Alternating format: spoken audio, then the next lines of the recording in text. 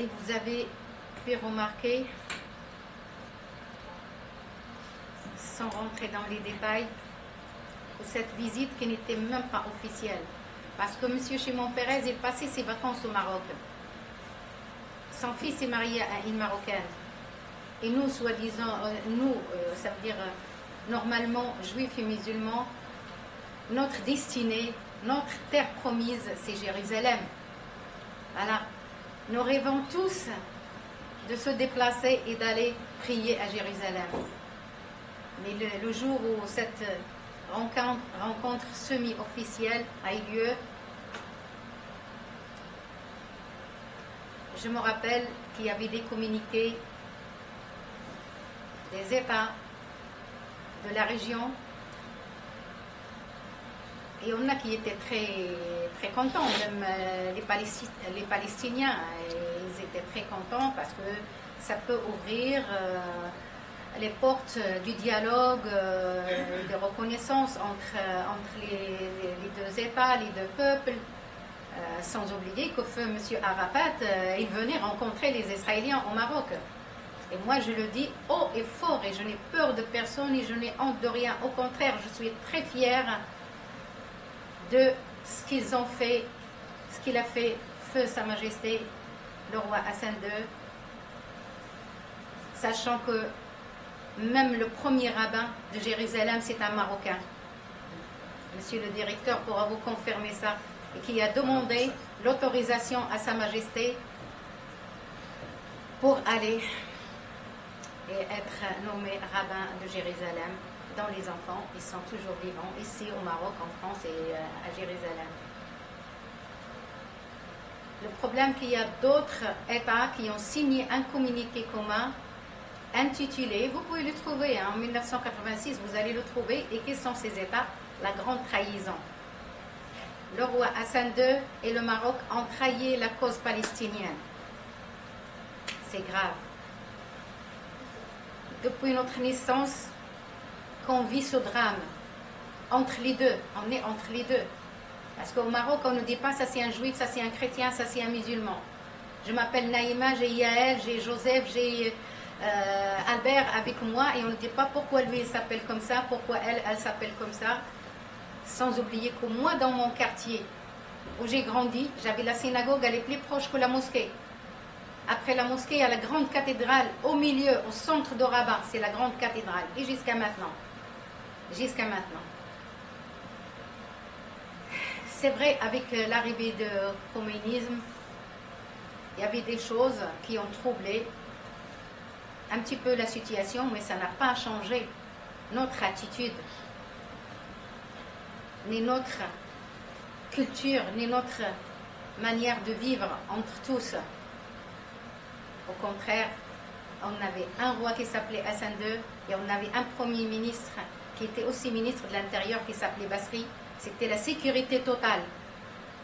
La sécurité totale. On encadrait même les cités universitaires parce qu'ils ont réussi à infiltrer même les tracts. Même les tracts qui venaient de l'Iran, vous voyez. Et ça, sans rentrer aussi dans les détails, notre objectif, c'est le vivre ensemble. Nous sommes tous des frères et des sœurs. Nous sommes tous les enfants d'Adam et d'Ève.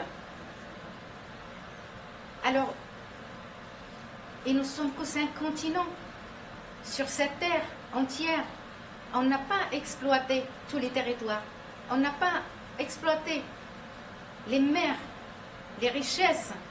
Et on se bat que sur des petits territoires. On s'entretue entre nous, appelant à la conscience, à l'humanité, à la sagesse des seigneurs. Que pouvons-nous faire? Que pouvons-nous faire devant ce drame? Parce que j'ai la chair de poule, c'est un crime contre l'humanité, ce qui se passe. Vous voyez, vous parlez tout à l'heure, monsieur le directeur, des départements de l'agriculture et tout ça. Et qui travaille dedans? Ce sont les Palestiniens. Je suis désolée. Même dans le Parlement israélien, Il y a le parti des Arabes israéliens. Il y a même une femme voilée qui est députée. Vous voyez ce que je veux dire? Alors, je ne suis contre personne, mais je suis pour le travail, ensemble, la main dans la main, pour avancer et transmettre aux autres, transmettre aux jeunes, aux générations qui arrivent, la paix, la fraternité, la solidarité, le mieux vivre ensemble. Jusqu'à maintenant, dans les régions de Marrakech et ailleurs, vous voyez les Mellas, monsieur le directeur, il connaît ce que ça veut dire le Mellah, ce sont les quartiers des Juifs. Et jusqu'à maintenant, ça continue, cette tradition. Pendant le Ramadan, les Juifs préparent le repas du soir, une fois par semaine ou 2 fois par semaine aux musulmans. Vous voyez? Alors, moi, j'aimerais bien qu'on parle de ça souvent et qu'on transmet ces traditions, ces cultures, sans oublier que les Juifs marocains, les séfarades, ils ont imposé la fête de la Mimouna. Vous savez ça, en Israël. Malgré que, comme ils me disent, on n'a pas Naïma tout le pouvoir, mais quand même, ils ont apporté beaucoup de choses. Et je me demande pourquoi la paix fait peur aux autres. Cette période, je devais faire, comme il le sait, notre directeur, chaque année, le mois d'octobre, novembre, décembre, on fait l'édition de la marche de l'histoire et la mémoire France-Maroc, Israël, histoire commune, mémoire commune, sans mêler. Et vu le séisme, j'avais rajouté cette année solidarité ancestrale. Et cette semaine, on devait être en Israël. On n'a eu aucune réponse. L'autre jour, pendant la convention du CRIF, j'ai un ami responsable qui s'approche de moi et me dit « Naïma, tu veux la paix? Personne ne te répondra. »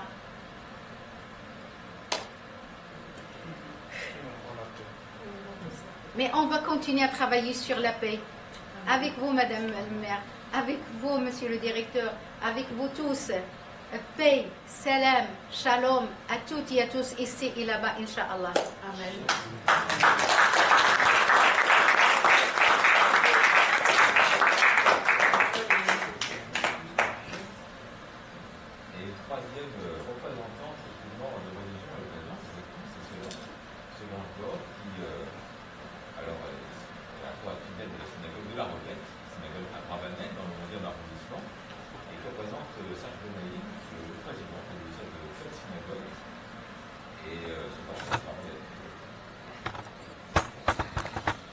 D'abord, je voudrais dire un grand merci à Naïma. Je n'aurais pas dit mieux que toi, Naïma. Je suis très émue de ce que tu as dit. Merci à tout le monde d'être ici aujourd'hui.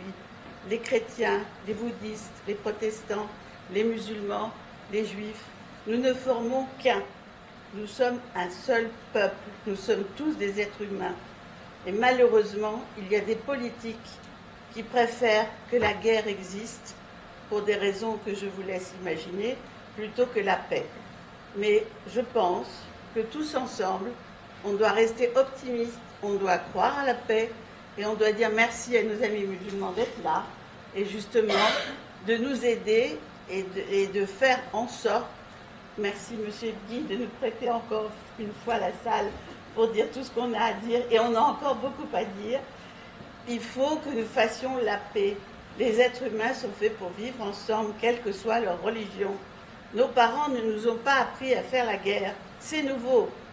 Moi, mes parents sont des rescapés de la Shoah. Et ils ne m'ont pas appris la vengeance. Ils ne m'ont pas appris à faire la guerre. Ils m'ont appris à aimer mon prochain et à faire du bien et de ne rien attendre en échange. Mais surtout de ne pas faire de mal. Voilà ce que tous les parents devraient apprendre à leurs enfants. Mais les parents aussi ont démissionné. Et les politiques se servent de tout ça. Parce que finalement, c'est le pouvoir. Et le pouvoir, ça rend les gens fous. On le sait très bien. Et voilà ce qui se passe aujourd'hui. Alors, essayons tous ensemble de transmettre à nos enfants, à nos jeunes, que nous sommes tous pareils, quelle que soit notre religion. Nous avons un seul Dieu, et il ne doit pas être très content. Il nous envoie beaucoup d'avertissements, mais on n'écoute pas. Alors, je pense qu'aujourd'hui, grâce à vous, Monsieur Ebdi, on peut encore s'exprimer ici et dire à tout le monde, quelle que soit sa religion, marchons ensemble pour la paix, pour le bien de nos enfants et de nos petits-enfants. Sinon, qu'est-ce qu'on va leur laisser? Un monde en folie? Un monde en folie. Regardez ce qui s'est passé dans cette fête qui a été terrible. Qu'est-ce qui s'est passé dans ces kibboutz? Quel être humain peut faire des choses comme ça? Même les nazis n'ont pas fait ça. Alors, comment c'est possible? Comment on est arrivé là? Que tant de haine puisse provoquer des choses aussi horribles. Alors, il faut que tout le monde travaille ensemble pour que ça ne se reproduise plus. Il faut que les politiques mettent leur orgueil dans la poche. Je m'excuse de dire ça, mais il y a trop de combats politiques. Il y a les extrêmes gauches, les extrêmes droites qui vont tirer parti de tout ça. Et donc ça, c'est dramatique, parce que qui en fait les frais? C'est nous, c'est nos enfants, c'est le futur de nos enfants. Alors il faut arrêter ça, il faut se réunir comme on le fait aujourd'hui. Merci à l'association CIEU qui a créé cette association pour réunir toutes les religions et pour parler d'une seule voix. Merci à M. Eddy de nous recevoir et j'espère que... Merci Naïma, ton discours m'a beaucoup émue. Et franchement, je suis allée au Maroc à plusieurs reprises pour mon travail, je suis allée en Égypte et je n'ai pas connu toute cette haine. J'ai été accueillie à bras ouverts et tout le monde sachait que j'étais juive. Mais tout le monde m'a accueillie à bras ouverts. Donc, il faut arrêter ça, il faut reprendre des relations comme autrefois. Nos parents vivaient tous ensemble, au Maroc, en Égypte, en Turquie, en Algérie, en Tunisie. Et il n'y avait pas de problème. Pourquoi ces problèmes aujourd'hui? Pourquoi créer cette haine qui déferle et qui crée justement ce que nous avons vécu là, l'insoutenable? Donc prions tous ensemble, prions pour la paix, prions pour être toujours réunis et pour apporter que du bonheur à nos enfants. C'est quoi qu'on leur prépare là? Voilà, donc il faut absolument qu'on mette tout ça de côté et qu'on pense à l'avenir de nos enfants. Moi je remercie mon ami Youssef d'être là, je remercie mon ami d'être là aussi, je remercie beaucoup ton discours parce que je ne pouvais pas dire mieux que ce que tu as dit. Voilà, je remercie notre vénérable aussi et je remercie nos politiques et j'espère que la prochaine fois qu'on se voit, c'est pour fêter quelque chose de très beau, la paix, la tolérance et l'amour. Voilà.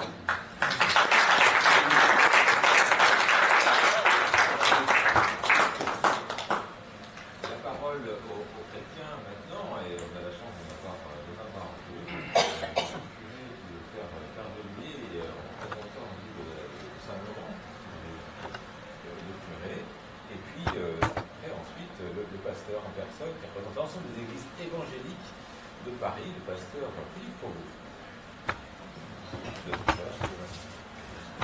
J'ai que tout le monde se met debout. Moi, j'ai pas pensé à un discours où je vais vous dire simplement comment ça résonne en moi. En fait, je me dis la violence est toujours le signe d'un handicap au niveau du dialogue. C'est-à-dire quand j'arrive plus à te parler, quand j'arrive plus à réfléchir avec toi, en fait je vais utiliser les poings, je vais utiliser le cri, je vais utiliser les armes. Et c'est vrai que moi en quoi ce qui se passe aujourd'hui m'interpelle. Je me dis c'est à moi, c'est à nous d'être responsables de relations qui ne sont pas simplement fondées sur l'émotion, mais sur une vraie réflexion. Je suis un petit peu inquiet, c'est vrai, aujourd'hui par rapport à la manière dont les informations circulent. Maintenant, on est beaucoup dans TikTok, c'est-à-dire que vous avez une information qui va très très vite. Donc on est beaucoup dans l'impulsion, dans j'ai été saisi, dans l'émotion. Et pas beaucoup arriver à se poser, c'est pas évident. Donc moi je suis une religion en tant que catholique du Christ. Le Christ, ça s'appelle le Verbe aussi, le Logos. Pour moi c'est important d'aider mes paroissiens ou ceux qui sont autour de moi dans mon quartier à réfléchir, voilà, à pas être simplement dans une sensibilité un peu immédiate, mais à réfléchir. Je pense qu'aussi on a à réfléchir à la relation à l'autre. J'ai pas mal travaillé sur tout ce qui touche la communication non violente, c'est-à-dire que, en fait, quand j'ai une difficulté avec quelqu'un, ben, ça s'apprend de dire à l'autre je ne suis pas d'accord, et souvent on se dit ben, tiens, ce que je sens ça va être bon. Non, enfin, ce que je sens c'est pas, il faudra que j'apprenne, il faudra que tu exprimes des faits concrets, il faudra que tu exprimes ton ressenti, ton besoin. Je trouve qu'on n'est pas, enfin, on peut s'améliorer dans en fait comment aimer l'autre, comment rentrer en relation avec l'autre. Mais je le dis aussi pour l'Église, hein. Je trouve que l'Église a beaucoup travaillé sur la relation verticale, relation à Dieu, la prière, c'est super, hein. Mais il y a aussi tout un travail sur comment entrer en relation les uns avec les autres, comment résoudre un conflit, comment corriger quelqu'un, comment sortir d'une relation utilitariste avec les uns et les autres, etc. Quand je prépare des gens au mariage, je m'aperçois qu'ils sont beaucoup dans... ils sont amoureux, donc tout va bien. Mais je leur dis, le mariage, c'est aussi un acte. Je choisis d'aimer et ça s'apprend. Voilà, comme on choisit, on apprend à éduquer les enfants, c'est pas ça. Donc pour moi, c'est est-ce que... ce qui m'inquiète, c'est est-ce qu'on rentre dans une société animale. On parlait de la Genèse et puis d'Adam et Ève, mais c'est que la conséquence du péché, donc le péché est symboliquement représenté par un serpent. Le serpent, donc c'est une parabole, hein, c'est pas comme ça que ça s'est passé. Voilà. Donc le serpent, en fait, c'est un animal qui dit à Adam et Ève, écoutez, si vous m'écoutez, vous serez comme des dieux. Hein, vous allez pouvoir savoir ce qui est le bien et le mal et le décider. En fait, si vous m'écoutez, vous serez comme moi.